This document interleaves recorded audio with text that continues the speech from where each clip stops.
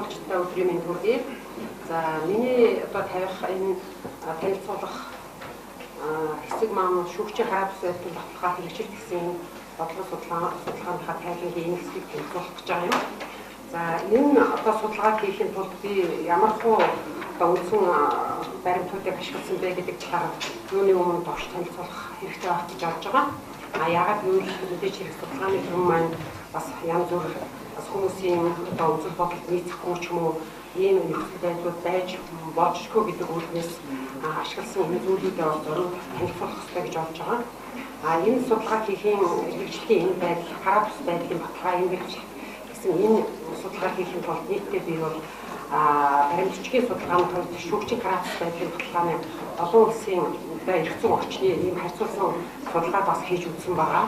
За тэгээд Монгол улсын шүүхийн шинжилгээний өгнөөгийн байдал гэсэн судалгаа өөрөөр хэлбэл тэр 2008 онд хэсэг бас судлаач нарын хийсэн ийм судалгааны материал. За мөн 2010 онд хийсэн Монгол улсын шүүхийн хараа бус байдлыг бэхжүүлэх гэсэн бас ийм хэсэг хуульчдын хийсэн судалгааны материал. Мөн шүүх эрхлэлийн одоо бус байгууллага, хууль сахиулах байгууллагуудын одоо хууль түгээд одоо хуульчдын эрх зүйн энэ байдлыг зохицуулсан энэ заалтуудыг бол ерөнхийдөө бас харьцуулж үзсэн. За энэ үндсэн дээр бас энэ судалгаад арай илүү амьд болгох үүднээс нийтдээ би нийт 381 иргэнээс гэхдээ бол тодорхой Улаанбаатар хот болон орон нутгийн 5 аймгийг одоо сонгосон байгаа. Мөн бас 170 гаруй ийм хуульч, шүүгч, прокурор, өмгөөлөгч нараас энэ анкетын судалгааг авсан байгаа.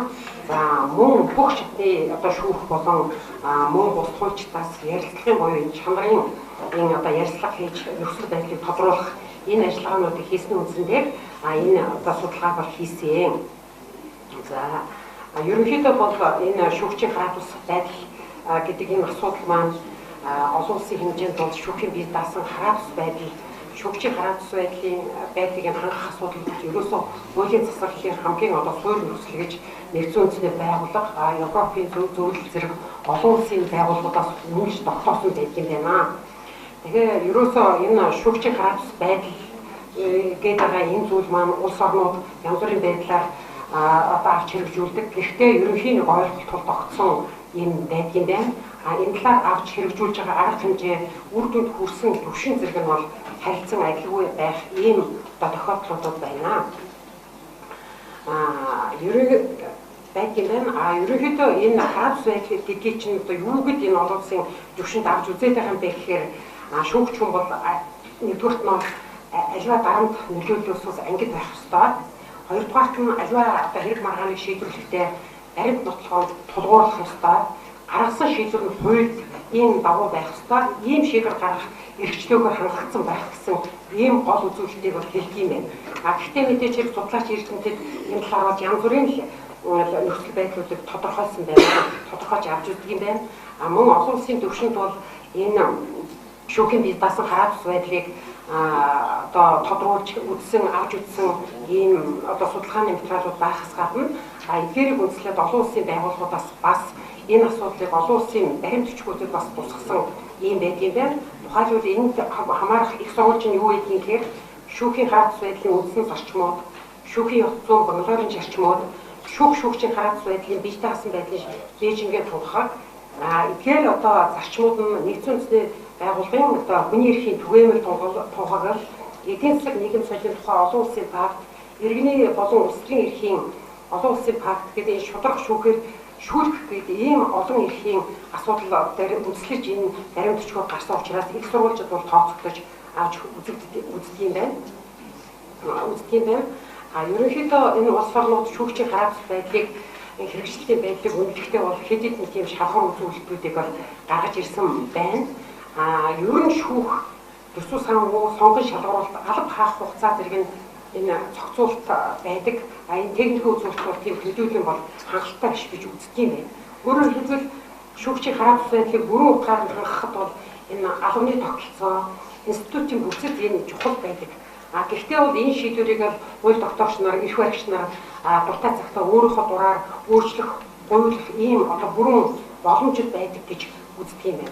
Гэхдээ энэс үндслээд ерөнхийдөө бол нэг 3 үндсэн зарчим арч тохиолдолд бол хэрэгжиж байх ёстой гэдэг дээр судлаачид бол олон улсын хүрээнд бол нэг хүлээн зөвшөөрсөн ийм байна. Байдаг юм байна. Тухайлбал энэ тэгш байдал байдаг юм байна. Жишээлбэл одоо шүүх тэгш байх гэдэг энэ зарчмын асуудал шүүхээс нэгэнд гарсан шийдвэр одоо ямар ч нөхцөлд одоо хүчин төгөлдөр байх. Гуравдугаарт нь болохоор шүүх аливаа оролцооны нөлөөсөөс ангид байх гэсэн энэ суур зарчим бол аль ч улс оронд түгээмэл хэрэглэгдэх ёстой гэсэн ийм зүйлүүдийг хэлдэг байна. Хэрвээ ингээд шүүхийн бие даасан байдлын энэ нэг чухал одоо хүчин зүйл нь бол төрийн эрх мэдлийн одоо бус энэ садаам учраас садаамаас бол тусгаар байх явдал гэж үзэж юм байна. Яагаад тэгэхээр шүүх хөрмөдлийн одоо бус байгууллага өөрөөр хэлбэл хууль тогтоох үүсэх засаглал нь болохоор шүүхээс шийдвэрлэж байгаа олон хэрэг маргаанд бол өөрийн тийм бас ямар нэгэн байдлаар ашиг сонирхлын байдалтай байх ийм нөхцөл байдлууд байдаг юм байна. Ийм учраас өөрийнхөө энэ эрхийн мэдлийг ямар нэгэн байдлаар шүүхийн гараа зус байдлыг шүүгчийн гараа зус байдалд эсрэг байдлаар ийм хандах тохиолдлууд гардаг учраас олон улсын түвшинд бол ерөнхийдөө шүүхийн гараа зус байдалд хамгийн ихээр зам хийгч ийм субъект нь бол төр засаг бол өөрөө байдаг юм а гэсэн ийм судалгааны дүгнэлт бол гарсан байна. Ер нь одоо манай энэ шүүхийн тухай багцуулга хуульд бол мэдээж хэрэг олон тийм одоо ачаал бодлого бүхэн хууль эрх зүйн зохицуултуудыг шинээр оруулж өгсөн байгаа. Жишээлбэл энэ одоо олон улсын хэм хэмжээнд нийцсэн зохицуултуудыг оруулсан нийт дотор бол энэ шүүхийн одоо эрх мэдлийг хэрэгжүүлэхдээ хараа тус байх энэ үндсэн хуулийн гол зарчмуудыг үндсэн хуульд нийцүүлж нэгдүгээрт нь томьёолж өгсөн. Хоёрдугаарт нь болохоор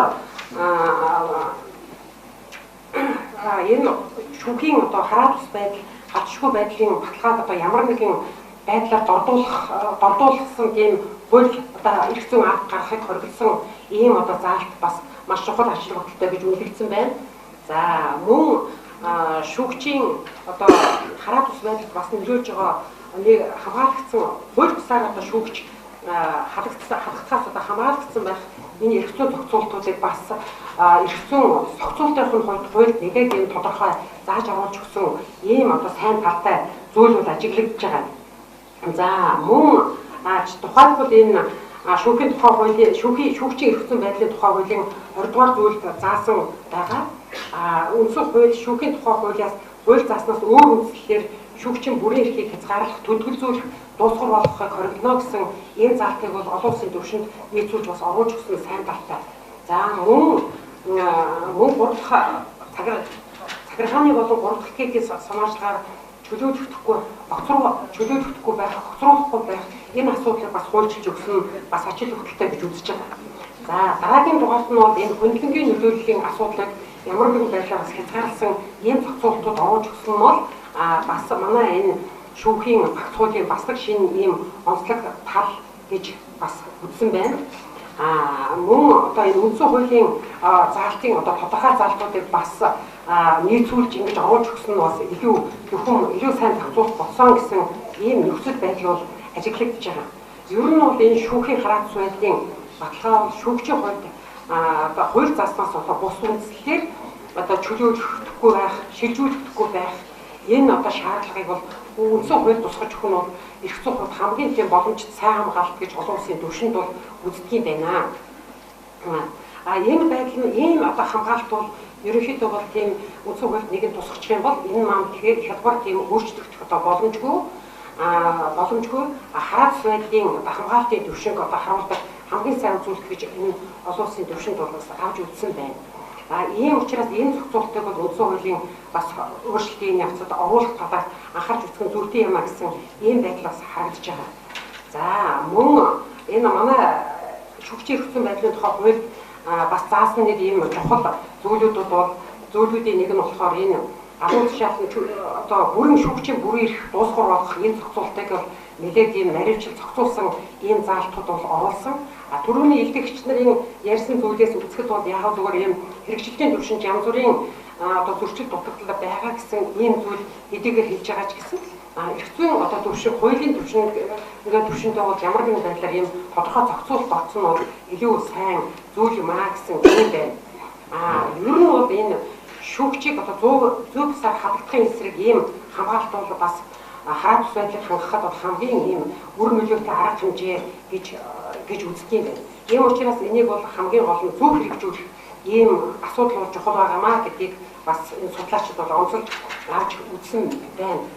За мөн энэ хуульд орсон бас нэг шинэ зохицуулалт өөрөөр хэлбэл шүүгчийн энэ хараа бус байдлыг хангахад чиглэгдэж байгаа нэг чухал зүйлт нь заалт нь юу юм гэхээр шүүгчийн бүрэн эрх дуусгар болох энэ нөхцлүүдийг бол бас тодорхой зааж өгсөн энэ асуудал нь бол байгаа хэдий ч бас илүү наривчлан зохицуултууд оруулчихгүй бол хуульд байгаа энэ ерөнхий зохицуултуудыг эсрэг байдлаар өөрөөр хэлбэл буруу хэрэглэх ийм хэрэгжилтийн төвшингээр алдаавд гарч болно гэдэг ийм байдлууд бол байгаа ч зохицуултыг боловсруулах шаардлага бол бас байгаа юм. Энийг одоо түрүүн тэр бусдад судлаачдын одоо дурдсан өөрөөр хэлбэл шүүгчийн эрх зүйн байдлын тухай хуулийн 15/2002-ийн одоо нэр дэвшигчийг судлан үзэж түүнийг томилхоос шийдвэрийн аль нэгийг гаргана гэсэн энэ заалтын дээр судлан үзэх гэсэн энэ нөхцөл байдлыг ер нь юу гэж үзэх юм бэ? Хууль зүйн хувьд нь яаж ойлгох юм бэ гэдгээр нарийн ийм наривчлсан шалгуур тогтоохгүй бол бас нэг ийм өөр одоо аль ч тохиолдолд хэрэгжүүлэх одоо бүрэн эрх гэж үзэх юм бол ийм алдаатай хэрэгжих тохиолдол бас гарч болзошгүй гэсэн ийм зүйлүүд байгаад энэ судалгаанд оролцсон хуульч эдийн зүгээс бас илэрхийлсэн ийм нөхцөл байдал байгаа. За энэ татвар хууцтай холбоотой өөрчлөлтүүд түрүүн хуульчид ярьсан учраас энэ талаар би тодруулах одоо илэрсэн тодруулах шаардлагагүй гэж үзэж байгаа. За тэгээ хамгийн гол нь бас энэ хуульд шинээр тусгасан энийг зүйл нь болохоор гүнлэмгийн нөлөөллөөс ангид гарах энэ асуудлыг бүх улсын одоо төвшин одоо бүх одоо төвшинээс гадна орон нутгийн төвшин одоо гийн удирдлагаас бас хараад байх энэ зохицуултыг хуульд оруулж өгсөн явдал нь бол бас илүү тийм шинэлэг одоо зохицуулт болсон гэж ингэж одоо хэлмээр байна. Хэлмээр байна. За мөн одоо энэ шүүгчийг бол гадны нөлөөллөөс бодтойгоор хамгаалах одоо зориулсан одоо энэ шүүгчийн нөлөөллийн мэдүүлэх хөтөлбөртэй холбоотой энэ зохицуулт хэдийгээр хуульд орсон шинэ одоо ийм зүйл боловч бас ийм учир хэрэгжилтийн төвшөнд учир дутагдaltaй байгаа. Нөлөөллийн мэдүүлгийг одоо ямар тохиолдолд одоо бүглэх юм бэ? Ямар зөрчлөлтийг хамааруулах юм бэ? Юу юм бэ гэдэг энэ талаар хуулийн наривчлсан процесс зохицуулалт одоо байхгүй учраас бас энэ хэрэгжихэд одоо хэцүү гэсэн ийм одоо судалгааны төв харагдсан байгаа. Хоёрдугаар нь болохоор нийтдээ яг энэ судалгаанд хамрагдсан хугацааны хүрээнд бол нийтдээ 9 шүүгч нөлөөллийн мэдүүлэг хөтлсөн юм билээ. Энэ нь ямар нэгэн байдлаар шийдвэрлэгдсэн ийм одоо зүйл байгаа. Мөн шүүхийн ерөнхий зөвлөлөөс бас тодорхой журам гаргасан энэ явдал нь бол хуульд бол яг энэ нөлөөллийн мэдүүлгийг одоо гаргах заавартай холбоотой бас тусгаалсан бүрэн эрх гаргахыг олгосон ийм зүйл бол бас хуульд байхгүй учраас илүү хуульд нь оруулж наривчлан зохицуулах шаардлагатай гэсэн ийм одоо нөхцөл байдал бас хараагдж байгаа. За хуульд туссан бас нэг одоо шинэлэг зохицуулалт одоо илүү сайн тал юу юм гэхээр энэ шүүгчийн одоо тодорхой хараа бус байдлыг бас тийм ээ хамгаалсан ийм одоо зохицуулалт үүргээ заалт орсон гэдгийг таавхан мэдж байгаа. Өөрөөр хэлбэл энэ шүүхэд чин эрх зүйн байдлын тухай хуулийн 18 дугаар зүйлийн заалт байгаа. Өөрөөр хэлбэл тэр ерөнхий шүүгч тодорхой хэрэг маргааныг одоо шийдвэрлэхэд шүүгчийн үйл ажиллагаанд нөлөөлөх юм бол одоо албан тушаалыг огцруулах ийм заалт орсон. Үндэслэлийн зааснаас гадна бас хүлээлт хариуцлагын заалтыг оруулж өгсөн нь бол энэ гүнлэнгийн нөлөөлж шүүхийн тодорхой нөлөөллийг хязгаарлахад ийм бас чухал ийм зохицуулт болсон ийм зүйл байгаа юм аа. За ерөнхийдөө саяны дурдсан ийм одоо нөхцөл байдлуудыг хангахын тулд шүүгчийн хараа бус байдлыг хангахын тулд хамгийн одоо чухал хүчин зүйл юу байдаг юм бэ гэдэг энэ асуудал бол ерөөсөө аль ч улс оронд бол эдийн засгийн бодлогыг бол хамгийн өндөр түвшинд хангах явдал гэж үзсэн байна. Нийтдээ энэ Европын эдийн засгийн хамт ажиллагаа хөгжлийн байгууллага ашигт байдлын одоо Европын комисс гэж байдаг юм байна. Мөн одоо шүүхийн зөвлөлт гэж байдаг юм байна. Энэ олон улсын байгууллагаас энэ тодорхой судалгааг бол хийж үзсэн. Ингэхэд бол ерөөсөө шүүхийн төсвийн ихэнх хэсэг нь бол цалинд зарим одоо бас дараагийн одоо байр эзэлж байгаа ихэнх нэг хэсэг нь бол шүүхийн техник технологи хөгжүүлэлттэй холбоотой энэ зардлыг илүү ийм одоо хөрөнгө зарах шаардлагатай. Энэ нь бол өөрөөр хэлбэл шүүгчийн гарах байдлыг одоо хамгаалахад илүү одоо үр дүнтэй арга хэмжээнүүдийн нэг гэж үзсэн байх юм. Манай хуульд зааснаар бол эдийн засгийн баталгааг хангах одоо гол хангах нь бол энэ явдлын шүүгчийн гарах бас шүүхийн бие даасан байдлыг хангахтай холбоотой энэ зайлшгүй ийм суурь зарчим болсон. Энийг бол 23 дугаар зүйл тодруулж заасан байхад та болсон өөртөө бол мэдж байгаа бах. Гэхдээ энэ шүүхийн тухай хуульд заасан эрг өөрчлөлтүүд бас зарим талаар сүүлийн үед тийм хэрэгжүүлэх нөхцөл байдлаар бас алдаа байна гэсэн ийм судалгааны дүгнэлтүүд бол бас хамаарч байгаа. Өөрөөр хэлбэл шүүгчд олгох нэмэлтийн асуудлыг бол хуулийн заалтыг бол хүчингү олгосон байгаа. Ерөнхийдөө энэ судалгаанд хамрагдсан улс орнуудын жишгээс харахад бол нийтдээ шүүгч нарт хэдэн төрлийн нэмэгдэл урамшуул бол олгох юм байна. Энэ олгодог явдал нь нэгдүгээрт нь ямар үндслээр энэ олгодгийг бэ гэхээр жишээлбэл энэ одоо шүүгчийн одоо тоо дутагдaltaй газар одоо ажиллахыг зөвшөөрсөн энэ нөхцөл байдалд шүүгчд нэмэгдэл цалин олгодог ийм одоо зохицуулт байдаг юм байна. За мөн шүүхийн энэ одоо үйл ажиллагаа төлөөллийн үйл ажиллагаа гүйцэтгэсэн энэ тохиолдолд бас олгодог.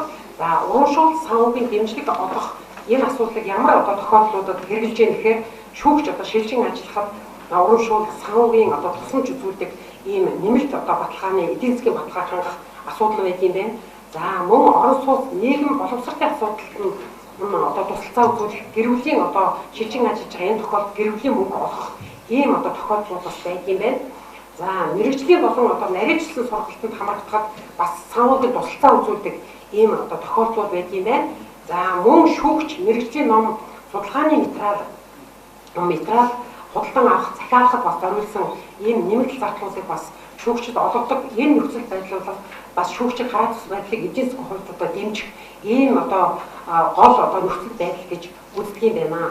Тэгэхээр улс орнууд энэ шүүгчийн одоо эдийн засгийн гарах байдлыг хангахын тулд янз бүрийн арга хэмжээнүүдийг авч хэрэгжүүлдэг юм байна. Тухайлбал одоо Герман улсад ихтэл мэдээж хэрэг шүүгчтэй одоо бүх насаараа одоо хугацаагүй томилогддог энэ нөхцөл байдалтай холбогдуулаад шүүгч одоо мэдээж хэрэг дээжлэлтэй шүүгчтэй дэвшин ажиллах тэр боломж нь харьцангуй хязгаарлалт байдалтай байдаг учраас бас дээжлэлтэй шүүхэд одоо дэвших дээр насны боцол хүртэлх тэр хугацаанд нь бол тодорхой хугацааны нэмэгдэл олгодог ийм зохицуултууд хүртэл хийж энэ улс орнууд шүүгчийн одоо эдийн засгийн баталгаа хангалттай холбогдолтой ийм нэмэлт арга хэмжээнүүдийг авч хэрэгжүүлдэг ийм нөхцөл байдлууд байгаа юм байна. Тэгэхээр одоо манай шүүгчийн эрхтэн байдлын тухай хуульд цалингийн хэмжээг мэдээж хэрэг одоо өмнөх үеэс бол нэмсэн. Бус төрийн одоо хавч нартай харьцуулахад 1.5-аас 2 дахин илүү ингэж одоо нэмэгдсэн нөхцөл байдалтай байгаа боловч шүүгч нарт ямар ч тийм бус нэмэгдэл урамшуулал ийм зүйл бол олохгүй байгаа. Ерөнхийдөө энэ олон улсын жишг болон хуулийн зохицуулалтаас үзгээр шүүгчд олгож байгаа энэ нэмэгдлийн асуудал чухал байдаг юм байна. Энийг олгохдоо бол ерөөсөө ямар нэгэн байдлаар шүүгчийн эрх ашигыг хязгаарлах чиглэсэн янз бүрийн тэр нэмэлт нөхцлүүдийг шаардах албагүй байна. Ерөнхийдөө энийг тогтоож байгаа гол үндэслэл нь болохоор ажилласан жил бүтээмжийн байдлыг харгалзаж үздэг. Тэгэхээр тэр одоо яг нэг сахилга хариуцлага ийм одоо нөхцөл байдлууд нь бол өөр тэр шүүгчийн ёс зүйн асуудлаараа зохицуулагдаж явдаг ийм онцлог нөхцөл байдлыг бол харгалзан үзэж манай хууль шүүгчийн нэмэгдлийн асуудлыг бас наривчлан оруулах нь зүйтэй гэсэн ийм хууль ёсны хувьд нь бол ийм зүйл бол хандж байгаа. За мөн энэ өөрөөр хэлбэл нэмэгдлүүд шүүгчийн эрх зүйн байдлыг ямар нэгэн байдлаар тийм дордуулсан одоо заалт оруулах үндэслэл болгож тийм ээ энэ асуудлыг шийдэхгүй гэсэн энэ нөхцөл байдал бол чухал юм байна гэсэн ийм зүйл ажиглагдж байгаа. За манай хуульд бас орсон нэг шинжлэх зүйл нь бол нийгмийн хамгааллын шинжилгээтэй энэ заалтууд бол хуульд илүү наривчлан туссан. Өөрөөр хэлбэл шүүгчээс одоо тийм ээ ахын үйлдэл гүйцэтгэж байгаа гадны нөлөөллөөс яг гүйцэтгсэн ажил үүрэгтэй холбогдсон энэ одоо аюулгүй халтснаас одоо гэмтсэн эрүүл мэнд нь одоо царинсан одоо ямар байдгийг ийм нөхцөл байдалд орох өгөх одоо нас орсон тохиолдолд өгөх энэ нөхөн олгорын хэмжээг маш их хэмжээгээр бол нэмсэн. Энийг улсын төсвөөс бол гаргахаар заасан ийм шин зохицуулт бол орсон. Тэсэн хэдий ч бас энэ одоо нийгмийн хамгаалалтын шинжилгээтэй энэ заалтвал өдөр тутмын шүүгчдийн амьдралд бол хэрэглэгдээл тэр болгон шүүгчдэр энийг аваад ашиглах байх тийм ч тийм бодит одоо зүйл бол биш. Яг одоо ийм тодорхой тохиолдолд бол ингэж ийм хамгаалалт хийсэн илүү одоо сайн зүйл. Гэхдээ хэрвээ ийм зүйл тохиолдсон бол одоо шүүгчид энэ бусд хууль зохиох байгууллагуудын эрх зүйн байдлыг зохицуулсан хуулиудаас үзэхэд яг энэ байдлаас болж одоо гадаадад эмчилгээ хийх зайлшгүй одоо шаардлагатай болсон тохиолдолд мөн шүүгч тэтгэврт гарсны дараа буюу шүүгчийн ажлаас чөлөөлөгдсөний дараа шүүгчийн албан үүргийг одоо гүйцэтгэж байгаа явдалтай холбогдуулаад амь насанд нь халтсан энэ тохиолдолд мөн гэмтэл бэртэл учруулсан энэ тохиолдолд тэмээ үзүүлэх нийгмийн хамгааллын шинжилгээтэй ийм арга хэмжээнүүд бол буйлд босгож өгөөгүй явдал нь бол нэлээд эрхцэн байдалд бол тийм нөлөөлөхөр байгаа гэсэн ийм одоо нөхцөл байдал бол ажиглагдаж байгаа. Ийм учраас энийг бол хуульд энийг бол оруулах шаардлагатай гэсэн ийм байдал харагдаж байна. За бас энэ өмнөх одоо шүүхийн тухай хуульд бол нэлээд тийм эерэг зохицуулт байсан. Өөрөөр хэлбэл одоо нэг 10 хоногийн хугацаатай нэг эмчилгээ хийхэд нэмэлт 10 хоног одоо гэртээ гэж бодоход хуучин болон цалин хөлсийг одоо бүрийн хэмжээгээр олгодог байсан. Мөн одоо бус цагдаагийн байгууллага прокурор гэх мэтлэнгийн юм эрх зүйн байдлын тухай хуульд нь болохоор энийг бол бүрийн хэмжээгээр олгохоор юм зохицуулт байгаа. Гэтэл манайх энийг бол энэ хуулиас хассан явдал нь бол шүүгчийн эрх зүйн байдлыг ийм додуулсан ийм заалт гэж үзэж байгаа. Өөрөөр хэлбэл энэ ажилсан жилээс хамаарат одоо ийм үчигдсэн тохиолдолд шүүгч 50-75%-аа цалингийн хэмжээг л авч байгаа. Энэ байдал нь бол бас шүүгчийн эдийн одоо хувийн амьдрал эдийн засгийн хүндрэлийг үүсгдэг бас нэг хараа тус байдал нөлөөлөх ийм хүчин зүйл болох учраас энийг бас хууль шинээр ингэж дахиж одоо оруулж өгөх нь зүйтэй юм аа гэж үзэж байгаа. Ягаад энийг оруулах шаардлагатай байгаа юм гэхээр шүүгчийн хөдөлмөр бол ерөөсөө норомжлогдсон тийм хөдөлмөр биш. Учраас нөгөө талаас хоёрдугаарт нь болохоор тухайн одоо шүүгчийн шийдвэрлэж байгаа хэрэг маргааныг өөр шүүгчид одоо хуваарлах эсвэл одоо тийм ээ өөх юм уу өөр хүн тухайн шүүгчийн өмнөөс гүйцэтгэх ийм одоо бодит боломж байдгүй шүүгч эмнэлэгтээ гарч ирээд нөгөө асуудлаа эргээд өөрөө шийддэг учраас мөн одоо энэ одоо нөхцөл байдлыг хагалж үзэх шүүгчид бол энийг олгох энэ 100% олгодог энэ хуучин тогтолцоо бол эргүүл цэгээхэн зүйтэй гэсэн ийм судалгааны явцад бол ажиглагдсан. За мөн энэ шүүгчүүд ерөнхийдөө бол эрдэм шинжилгээний ажил хийх, судалгааны ажил хийхээс ийм өөр одоо орлого олох боломж нэгдүгээр байхгүй. Хоёрдугаарт нь ийм одоо нөхцөл байдал байлаа ч гэсэн шүүгч болгон энийг хэрэгжүүлээд авах тийм бодит одоо боломж байхгүй. Ийм учраас энэ нөгөө талаар бол шүүгчд маш хуулиар олон хязгаарлалтууд тогтоосон байдаг учраас энэ нэмэгдлийн асуудал, урамшууллын асуудал, за мөн өвчлөлтөнд тохиолдох нийгмийн давтгалын шимтгэлээс даатгалаас авдаг энэ одоо асуудлуудыг илүү наривчлан зохицуулж эдийн засгийн одоо бодиттой ийм арга хэмжээнүүдийг хуульд оруулах нь зүйтэй гэсэн ийм зүйл бол энэ ажиглагдаж байгаа. За мөн энэ шүүхийн тухай хуульд бол бас нэг ийм шүүгчийн эрх зүйн байдлыг дордуулсан бас нэг заалт орсон байгаа. Өөрөөр хэлбэл энэ одоо тэр хуулийн 24-р зүйлд байгаа 25 жил ажилласан хүн одоо өндөр үндэснийхээ тэтгэврийг тогтоож болно гэсэн. Гэтэл энэ заалтууд бодит амьдрал дээр хэрэгжихгүй хүсэлтэд гаргасан шүүгч одоо тийм ээ 56-55 та шүүгчнэр эрхтэй шүүгчнэр хүсэлтэд гаргахад тогтоохгүй байгаа энэ явдал нь бол бас шүүгчийн эрх зүйн байдал ямар нэгэн байдлаар энэ нөлөөлсөн сөрөг нөлөөлөлтийг бий болгож байна гэсэн ийм байдал эрх зүйн одоо судалгааныхын хувьд бол бас гарч ирсэн байгаа. За энийг бол бас өөр тэр шүүгчийн эрх зүйн байдлын хуулиас гадна хууль юм уу эсвэл тэр нийгмийн даатгалын сангаас олгох итгэл итгэмжийн тухай хууль илүү наривчлан зохицуултыг оруулж өгч хэрэгжихгүй энэ цаашдаа хэрэгжихгүй ийм заалт байгаа. Ийм учраас шүүгчийн эрх ашиг хохирд болцохгүй учраас энийг бол илүү наривчлах шаардлагатай гэж үзэж байгаа юм.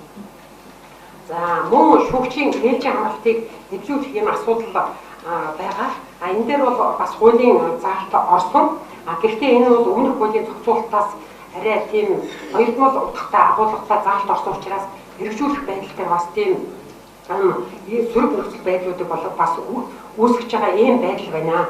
Өөрөөр хэлбэл тэр энийг бол тийм ээ одоо төрийн албаны тухай хууль, шүүхийн тухай хуультай хөдөлмөрийн хуультай холбоотой энэ нэмэгдлүүдийг бас давхардуулан нийтээр нэг тогтоолог байсан энэ явдлыг хэрэгжүүлэхгүй байгаа нь бас шүүгчийн өөрийн эдийн засгийн хараа бус байдалд оруулах бас нэг үндсэн шалтгаан болж байгаа учраас энийг бол оруулах ёстой гэсэн ийм бас судалгааны дүнгээс бол саналаа илэрхийлсэн байгаа.